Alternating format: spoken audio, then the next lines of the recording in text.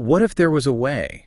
And I mean, what if there was a way to kind of tap into knowledge beyond just our five senses? Yeah. To kind of get a deeper understanding of the hidden forces that shape our lives, like a secret code running beneath the surface of everything. Oh, I like where you're going with this. Like we're about to unlock a hidden dimension or something. Exactly. And that's what we're diving into today, the world of occult science. All right, occult science. Now we're talking. And just to be clear, we're not talking about spooky rituals or summoning spirits or anything like that. No. Think of it more like, how should I put it? Like physics, but for the soul. Okay, I'm intrigued. Physics for the soul. I like that.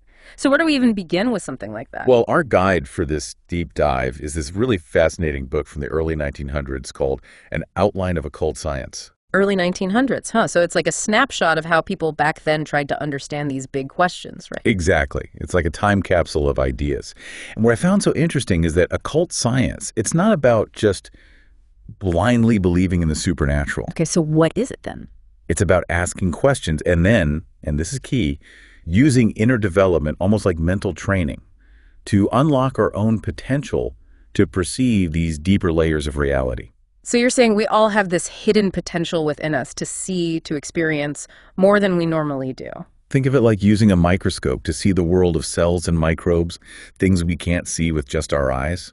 Occult science suggests we have these latent senses that, once awakened, can reveal a whole other dimension of existence. Okay, now you're really getting me interested. A whole other dimension. What kind of senses are we talking about here? Well, that's where we get into terms like astral body and etheric body. And yeah, I know those might sound a bit out there. A bit. They sound like something straight out of a science fiction novel. Right. But stick with us. We'll unpack what they actually mean. All right, you've got my attention. Lead the way.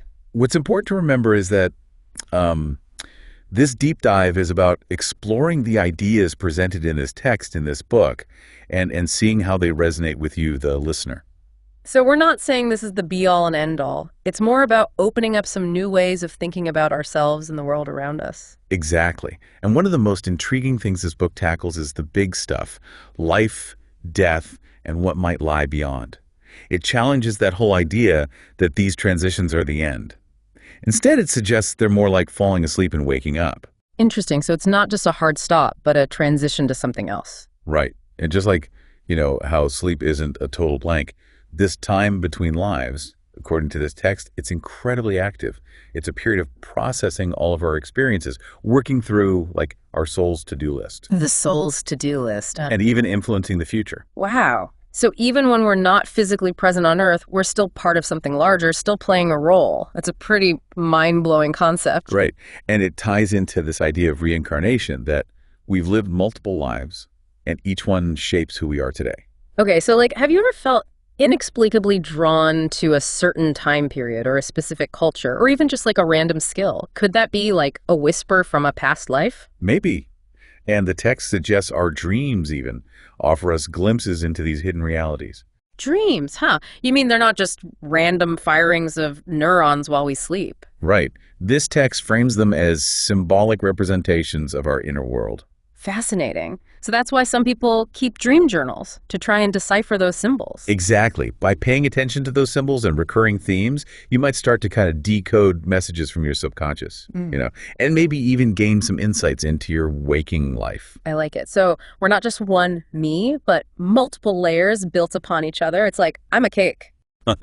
Yeah, something like that. And to really understand how this all works, how these different parts of us interact, we need to kind of break down the building blocks of a human being, as this text describes them anyway. We're talking about the 7 principles that make you, well, you. So we're back. And if you're just tuning in, you might want to catch the beginning of this deep dive because we're really getting into some fascinating stuff here. No doubt. I'm still processing everything we've covered so far. This next part is where it gets really interesting, at least for me anyway. So imagine this.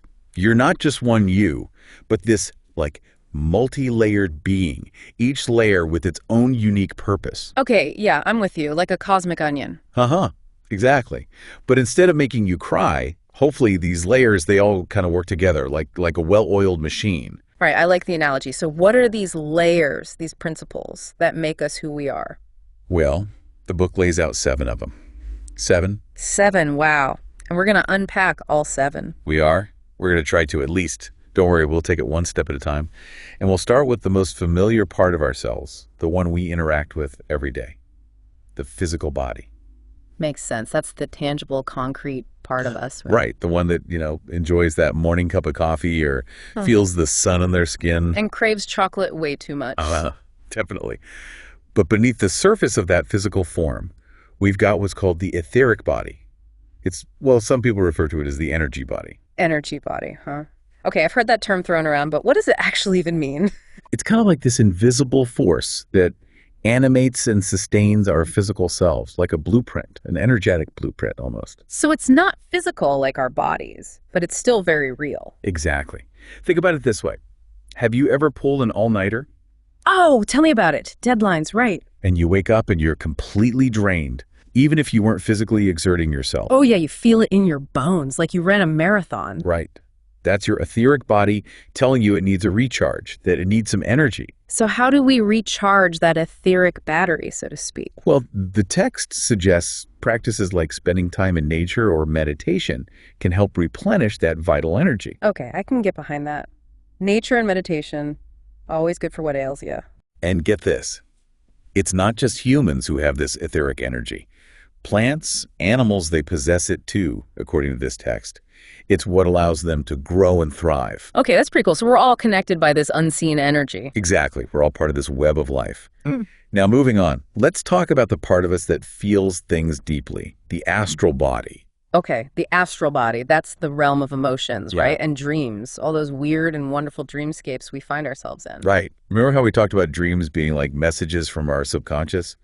Well, the astral body is the language that those messages are written in. Fascinating. So our dreams are tapping into this astral level of ourselves. Exactly. Yeah. And while animals, they have astral bodies too, in humans, this astral layer is intertwined with our ego, the I that sits at the center of our experience. Ah, the ego. Always causing trouble. But also, I guess, what makes us uniquely human. Right. And according to this text, that's a key difference. Our ego development is what separates us from animals. But the ego, it isn't just about being selfish or self-centered, It's also about this self-awareness, that ability to reflect on ourselves, to learn from our mistakes, to make conscious choices.